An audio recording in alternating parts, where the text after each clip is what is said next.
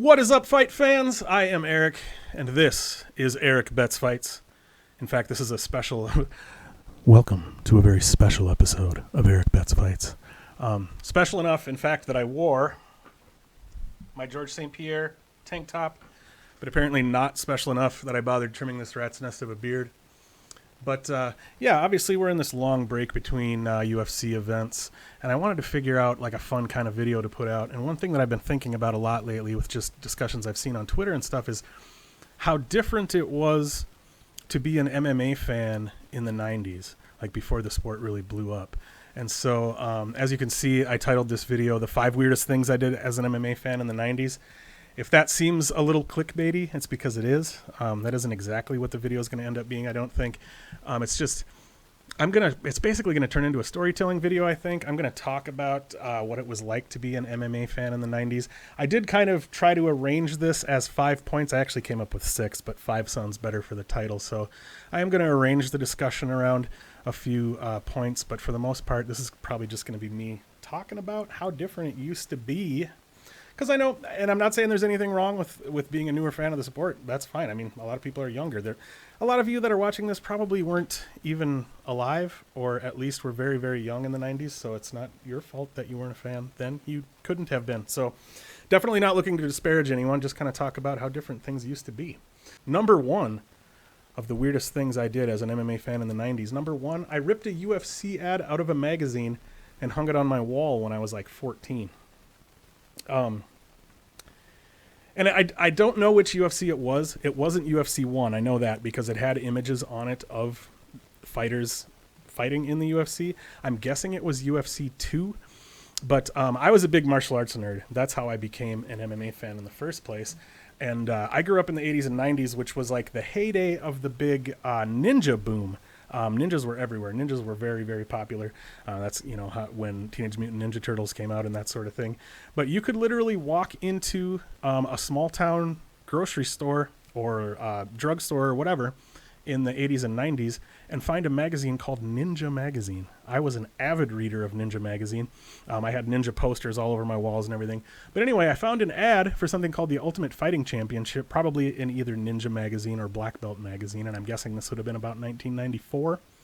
And it literally said karate, kickboxing, judo, savate, jiu-jitsu, whatever, and it blew my mind. I was like, people from all of these different disciplines are literally going to be fighting against each other. I mean, that was like a dream come true for me, an MMA nerd, or excuse me, a martial arts nerd, later to be an MMA nerd. That's what I am today.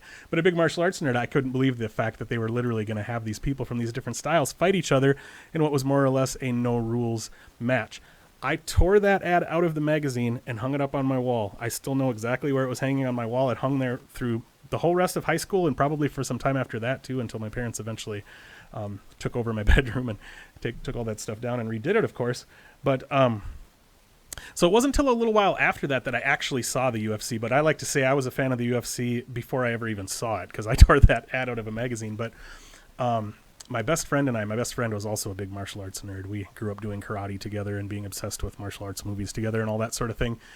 We walked to the little video store, and for you younger folks, yes, you used to just walk into a place and rent videos. It was a really common thing to do.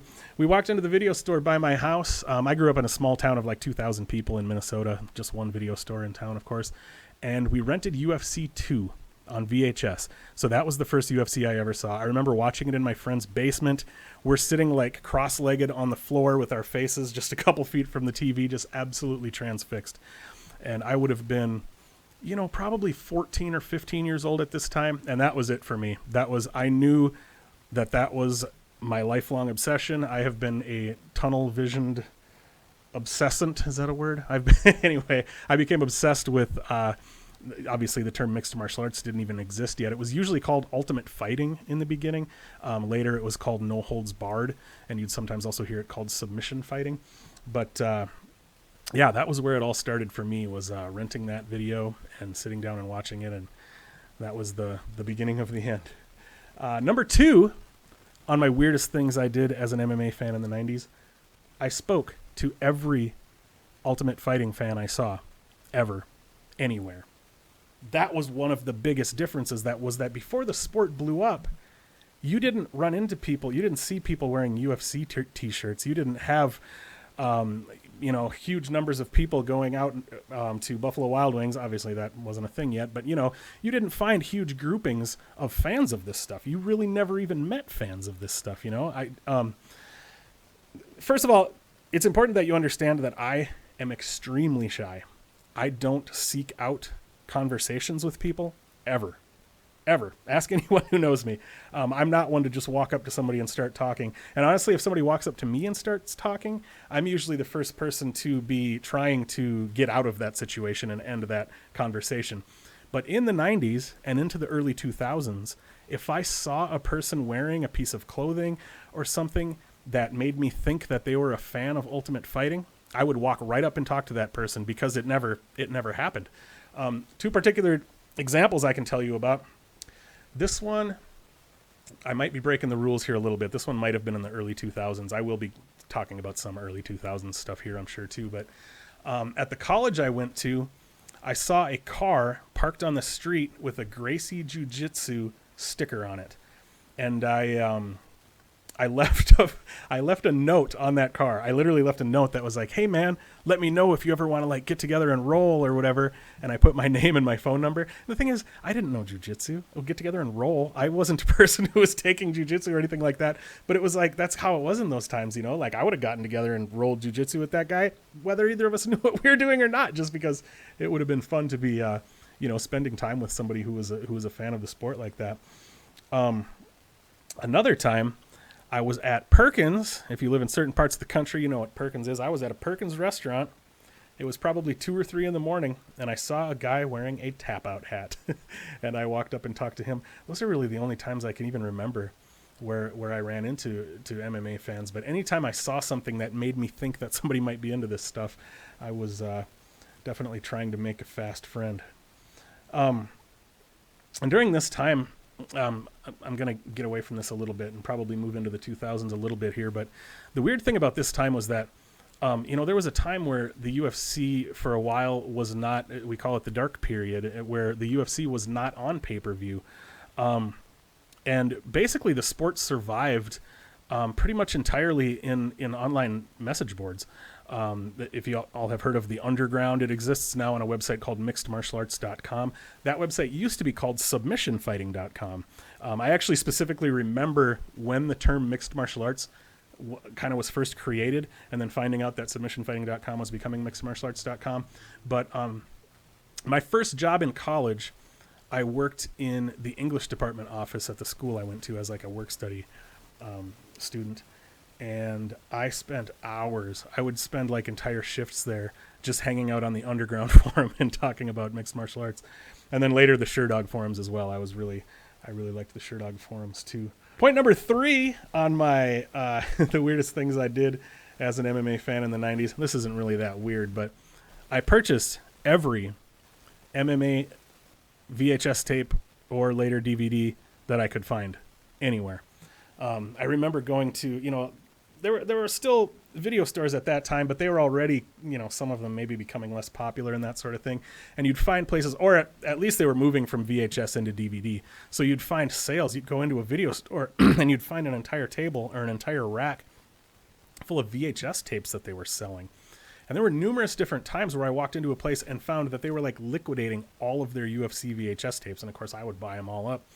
I also remember buying big lots of like 10 UFC tapes on eBay at the time, like in the late 90s. And there was also, I forget the name of the website now.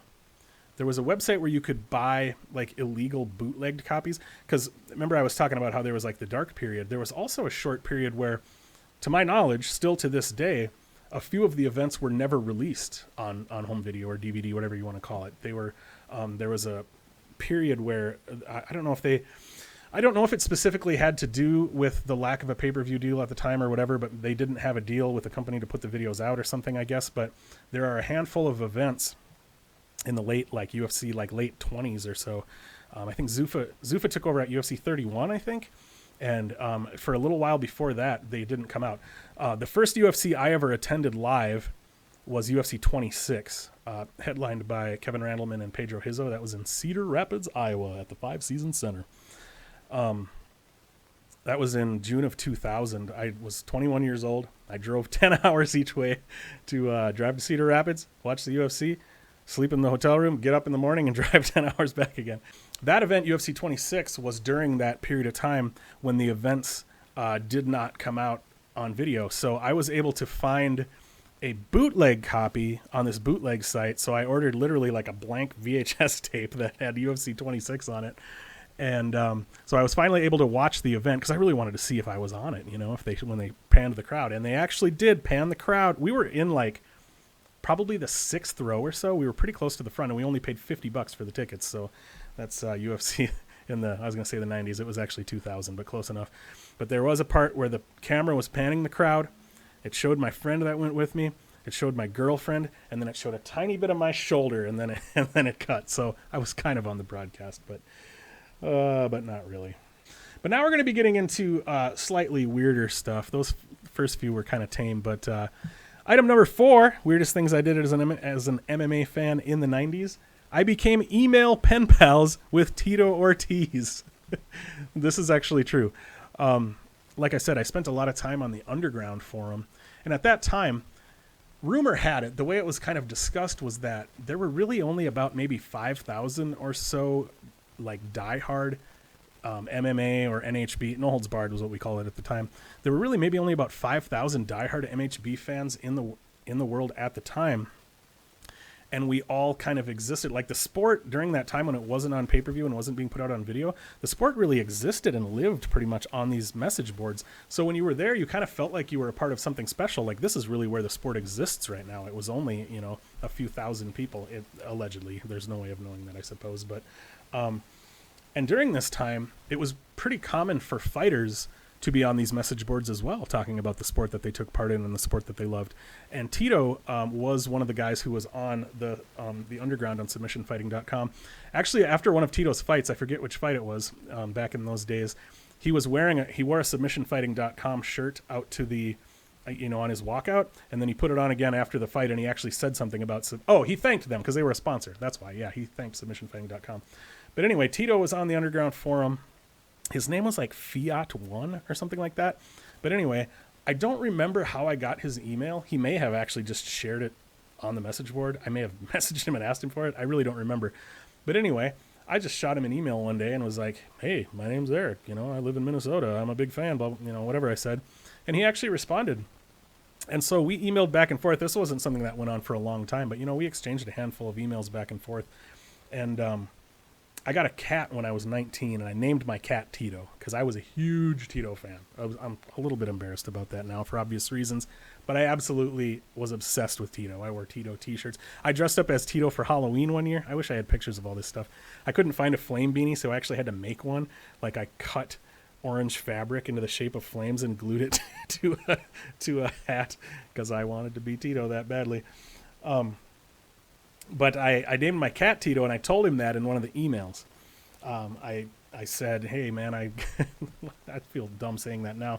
But that wasn't the whole reason I emailed him, but I was just like, hey, I got a cat, and I named him Tito. And when he responded, at the end, he put, P.S., say hi to little Tito for me, which I thought was pretty cool. And when I went to UFC 26 back in 2000, I met Tito there. He wasn't fighting, but he was there. And I talked to Tito, and I used that as my point of contact so that he would know who I was. I was like, hey, I'm the guy with the cat named Tito. And he was like, oh, yeah, dude. So that was kind of cool that I got to talk to him, and I had a point of reference for him to know that I was a guy he'd been emailing back and forth with or whatever. But one thing I remember about Tito from that event, I remember these two guys walking up and talking to him because Tito owned Punishment Athletics clothing. Maybe still does, I'm not sure.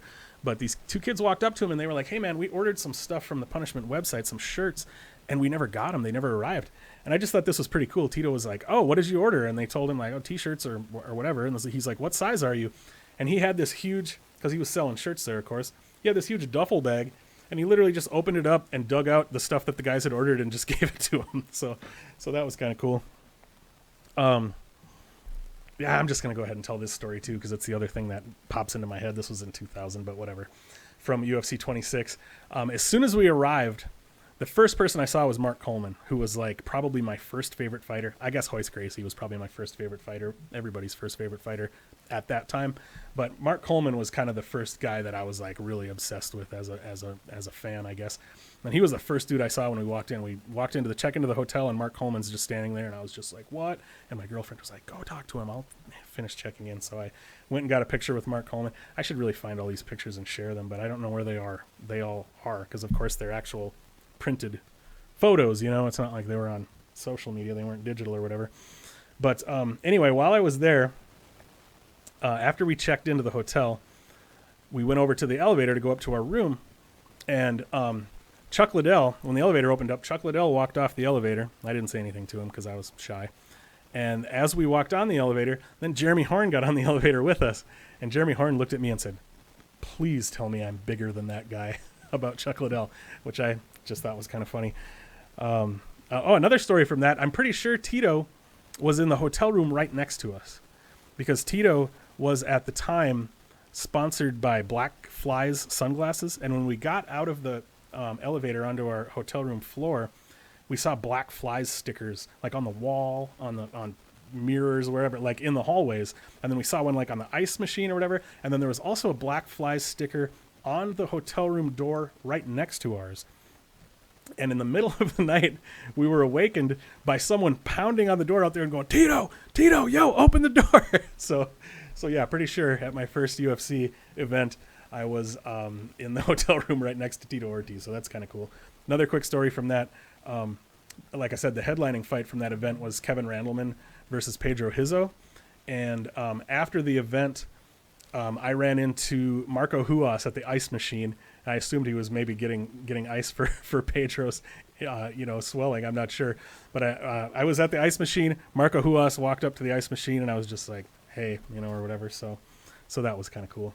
But yeah, maybe I'll make a video where I talk more about UFC 26 later. But that's all I'm going to say about that for now. But yeah, I was briefly email pen pals with Tito Ortiz in the late 90s. Number 5, and this isn't the end because, like I said, I actually made 6, but number 5 on my list of the 5 weirdest things I did as an MMA fan in the 90s. Number 5, I got interviewed by a news crew at an MMA event that was supposed to take place at the karate dojo where I trained, but it never happened. The event, I mean. I did train there. That part did happen. This would have been in 1999, late 1999, and the reason I know that is because Andre Roberts was supposed to fight on this event, and I think maybe his brother Tyrone Roberts as well. And I know that his fight where he knocked out Ron Waterman in the UFC, I know that fight had already happened because I remember telling someone about it at the event, and that was in I think July of 1999. And I remember saying it was just a few months ago, so this would have been late 1999 probably. But anyway, this MMA event was supposed to happen in Watertown, South Dakota. I was going to school in Moorhead, Minnesota, which is part of Fargo, North Dakota. Fargo-Moorhead is the metro area. So basically Fargo, we'll say that. I was going to school there, and I had driven to Watertown for this MMA event, and then I can't remember how this played out exactly, but we found out that the event had been canceled because it had essentially been run out of town. Because you have to remember, this was the time when MMA was a very fringe thing and people didn't want it going on. People saw it as the human cockfighting and that kind of thing. And we're talking about a fairly small town in a fairly conservative part of the country here. And when they found out that this was going to be happening, I don't know what happened exactly. I heard was that it was like the city council or something, but who knows. But anyway, the event was supposed to happen that day, and they essentially got run out of town and were told, "You're not going to do this event here." So somehow it ended up that so one of my karate instructors, I don't know if he owned the building. I think he did. The place where we did our karate classes in this town, which wasn't the town I lived in. It was the next town over, but he was one of our instructors, and we went to classes there as well. But anyway, he decided that he would have the event there, which was in Millbank, South Dakota, maybe a half hour from Watertown or something. So at the last minute, kind of like when they moved the UFC to Dothan, Alabama or whatever, I think it was, kind of at the last minute, they had to move this entire show to a different location. So we ended up showing up at this location. I remember because my karate instructor owned the building, I was kind of able to just wander around and do whatever. I remember going downstairs and seeing Andre Roberts warming up and stuff. There were other kind of name fighters there at the time too, but I just can't remember nobody super famous, but I mean, I think there were other UFC vets at the time, but I just can't remember who else was there right now. But I remember a news crew showed up because, this is pretty big news in this small town. And my karate instructor told the news crew, hey, if you have any questions about this sport, talk to this guy, indicating me. So that made me feel pretty cool because I was, the big super fan who had the encyclopedic knowledge about the UFC at the time. But and the news crew did talk to me. They interviewed me. And I don't really even remember what they asked me. They asked me about the sport, why it appealed to me, that sort of thing. I never did see, they did air my interview on the news. I never did see it, but my karate instructor told me about it. And he said, it ended up being kind of a negative piece, basically. They were obviously they're trying to appeal to their viewers in this small town conservative area who didn't want this thing going on. And so I was a punk kid, at this time I would have been wearing like a dog collar around my neck and a mohawk and probably a shirt of a punk band and stuff. And he said they mostly, like, the camera lingered for a long time on like my spiked wristbands and my t-shirt and stuff. He's like, it was clear that they were just trying to like kind of show, oh, this is the kind of person who's into this violent stuff, because I'm sure I looked like a pretty bad guy to their conservative small town audience. But anyway, the event didn't end up happening. It essentially got run out of Millbank too. I don't know exactly what happened there, but that brings me to my final point, number 6, of the weirdest things I did as an MMA fan in the 90s. This would have been in the summer of 1998. I cornered my best friend at an MMA event that took place on a wrestling mat, rolled out in a park with folding chairs around it, and one guy fought wearing jeans. This is true. This was in the summer of 1998. One of our good friends, he was a few years older than me. He was also one of our karate instructors in my hometown. He found out that there was this NHB, No Holds Barred event going on out in South Dakota. It was the event was called the Rumble at Rushmore. It was taking place in Keystone, South Dakota, which is essentially the small town right there where Mount Rushmore is. And so he got a hold of the guy who was putting it on. It was being put on by a school there called Black Hills Jiu-Jitsu, I believe. So it was a jiu-jitsu school putting it on. They were having mixed martial arts fights and then also a submission grappling tournament. And so our friend signed up for it. And then when he told us about it, my best friend, who was my age, we were both 19 at the time, he was like, dude, I'm going to do it. And this is what's crazy about that. You got to think about this as far as in the the late 90s mixed martial arts. Watching those early UFCs, you got karate black belts going in there and stuff like that. This was 6 years after UFC 1, and this kind of stuff is still going on. Because we heard about this, and my best friend, we were both karate black belts, but really had no other training otherwise. I mean, we would goof around on the mat and like throw on arm bars and triangles and stuff just because we saw Hoist Gracie doing them on TV, but we didn't really know any grappling. I wrestled for 1 year in high school. He didn't wrestle at all. But he decided, you know what, I'm going to do this too. So as a 19-year-old kid with nothing behind him but a karate black belt and a few like point sparring tournaments, he decides to go and do this MMA fight, not knowing anything about who his opponent is or anything like that. And so I went with him and I cornered him for this event. It was called the Rumble at Rushmore. I think I said that already. But yeah, it was so crazy because this would have been the first live MMA event that I ever went to.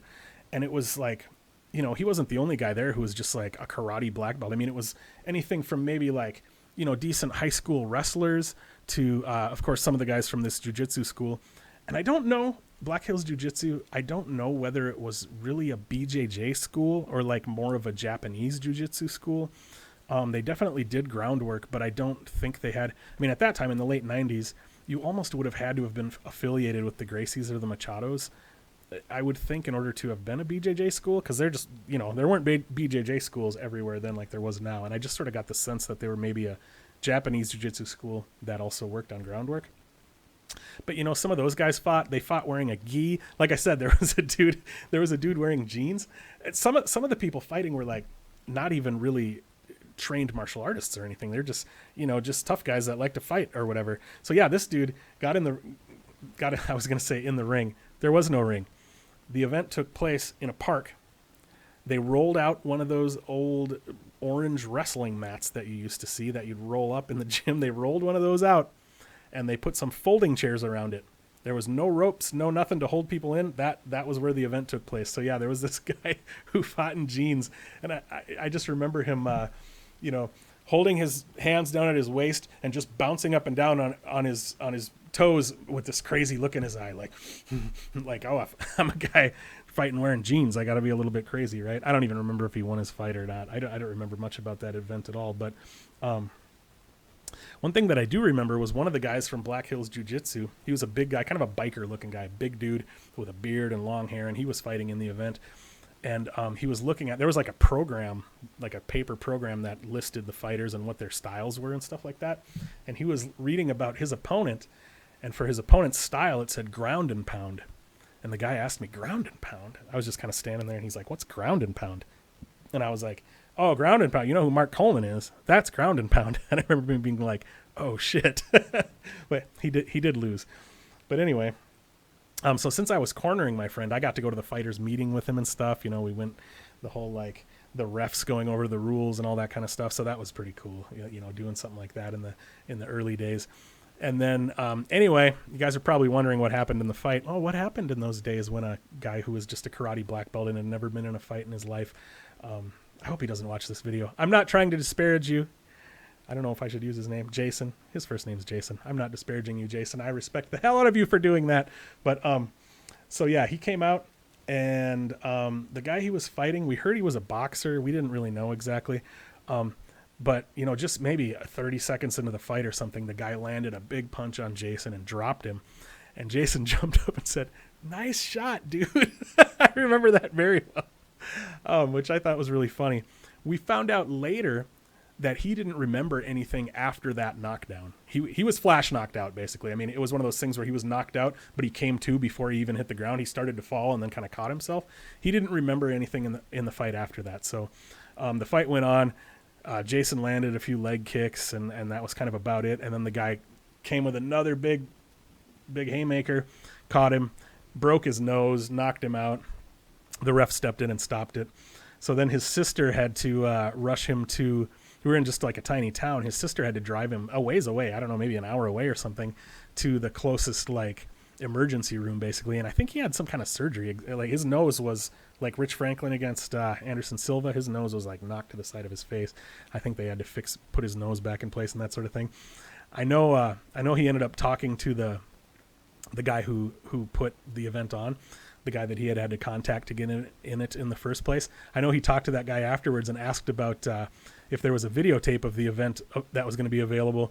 And the guy said, yeah, I'll send you one for free. We'll call it the Broken Nose Special. So that was kind of cool. But anyway, after the event, we're back in the hotel room. Jason had gone to the emergency room, gotten his nose fixed. He was back, and he was back, and we were talking. And I remember asking him, so, dude, are you going to retire from No Holds Barred fighting with an 0-1 record? And he said, yup. So that was the end of that. I thought that was a pretty cool story that I wanted to tell. But really, what got me thinking about all of this stuff in the first place and wanting to make this video was when I see people on Twitter talking about this, or people on podcasts or whatever talking about, like, are you going to watch this event? Like some, fight night card that maybe doesn't have a lot of big names on it. Like, oh, are you guys going to watch this? And people being like, nah, I'm not going to watch that. That just absolutely blows my mind, because I come from the time when an event happened every 3 months. So at any given time, you could have asked me the date of the next UFC event. I knew that off the top of my head because I was waiting for it, kind of like we're doing in this break right now. We're waiting, 3 weeks or a month or whatever? Imagine having to wait 3 months every single time, because that's how often they happened. So at any given time, I would know the date the next event was happening. I would also know the exact date that the event was coming out on DVD, because on the day that they would come out, I would go to Media Play and buy the DVD. I used to have a bunch of VHS tapes and DVDs. So yeah, I would literally go buy them the day they came out. But what was crazy about that time was, because you had to wait so long for events, and because it was so rare that you ran into people who even really knew much about what the UFC was, I was always obsessively looking to consume anything mixed martial arts related that I could find. And that attitude has carried over to now. Like, I'm not going to just not watch a card. But I'm also I know some people are into MMA, and they're also into football, and they're also into that, and they're also into that. mixed martial arts is the only, I mean, look at my, I didn't make this as a background for these videos. That's just what this room looks like. But yeah, like mixed martial arts is my only interest. It's something I'm obsessed with. I've always been obsessed with. So when I hear people talking about, oh, this card isn't very good, so I'm not going to watch it, that's just crazy to me. Like, I still have that mindset that I am going to consume anything mixed martial arts related that I can find. If there's old fights on TV and I'm flipping through, that's what I'm going to watch. If there's live fights happening, anything, that's what I'm going to watch. If there's, anything. Like, I buy every book about mixed martial arts I can find. I buy everything about mixed martial arts I can find. And so it's just kind of that attitude carried over from those days. And so when I see people like, and I'm sounding like the old man being like, you kids today are spoiled. You get all the MMA you want. Like, but that is kind of how it feels to me sometimes, that like not knowing what it was like to have to wait 3 months for every event and not being able to find anything MMA related. I mean, I remember finding a UFC shirt at the Mall of America, actually, in Minneapolis. Well, it's in Bloomington technically, but I remember finding a UFC shirt at the Mall of America this would have been, I'm guessing it would have been around 2004 or something maybe. And it didn't even fit me. It was like 2 sizes too small, but I bought it. I couldn't wear it. I bought it because I had never seen a UFC shirt in a store before. I was just like, yes, I must have this, of course. If you've watched this long, I want to say thank you for that, of course, because I've been blabbing for quite a while. If you have any questions for me, go ahead and drop them in the comments down there. If you have any ideas for videos that you'd like me to make, or stories you'd like me to tell, or things you'd like me to talk about, yeah, let me know. And I just appreciate each and every one of you. If you made it this far, awesome. I started this whole YouTube venture only about 2 months ago, and I've been having a lot of fun with it. And I appreciate each and every one of you that takes the time to come and check out my videos. Please make sure to like and subscribe before you go. And please find me at Eric Betts Fights on Twitter. Have a great night, everybody. I hope you enjoyed the video. Take care.